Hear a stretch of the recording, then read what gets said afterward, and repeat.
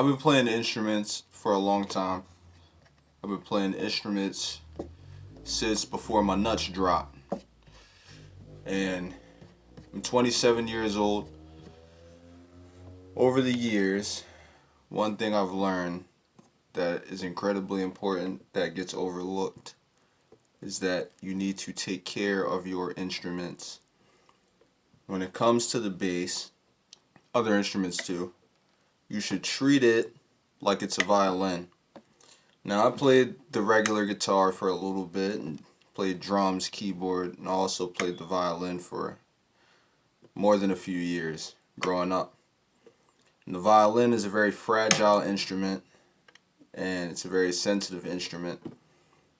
So you have to be very careful with it or something will happen, and I promise you, if anything happens to your violin, you pretty much got to replace the whole instrument. That's how fragile it is.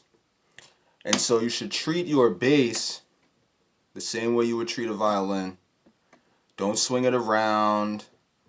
It's not a toy. Don't pick it up like it's a toy. Yeah, we have fun playing it, but it's not a toy.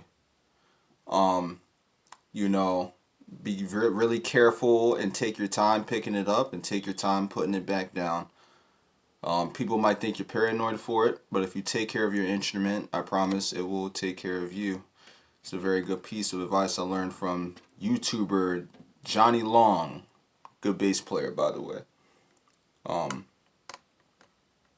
And so one example I'm going to give you of treating your instrument like your bass, like it's a violin, is when you take the strings off. These are thick strings that we use on the bass. You see this right here at the top, how it's twisted? What people want to do is try to force these through. And this has the ability to scratch your bass. It'll scratch the paint right off of it. Some people don't mind that look, like they like the kind of road-worn kind of look. But to me, this is being impatient with your bass. And you gotta have patience with it. And yeah, it might be a bitch to sit here and untwist a coil like this because the string is thick. But when you don't have any scratches on your bass and you've had it for a couple years, you're going to be happy that you take your time with it and that you treat it like a violin. You don't have to listen to me, but I change my bass strings every 3 months. Every time you change your strings, you should polish your bass, clean the fretboard. This stuff is cheap that they give you to clean your fretboard, and you can go old school and just use hot water and lemon juice and stuff like that, but well, warm water. You know, they got all types of recipes and stuff on Google people used to do before they made these kinds of products.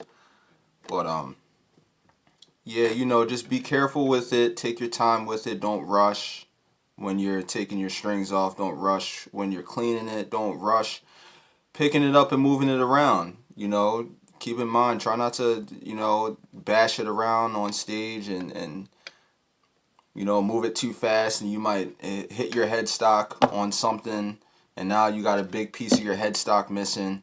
You know, a friend of mine has a bass that I want to buy, but he told me that when you use one of the volume knobs, it screeches, and that's probably because of a loose wire or something. And you know, he's a good friend and a good guitarist, but he has this bass and I still want to buy it, but I could tell when I saw the bass that he wasn't taking care of it. You know, I could, as soon as I saw it, I could be like, man, how come you're not taking care of this thing?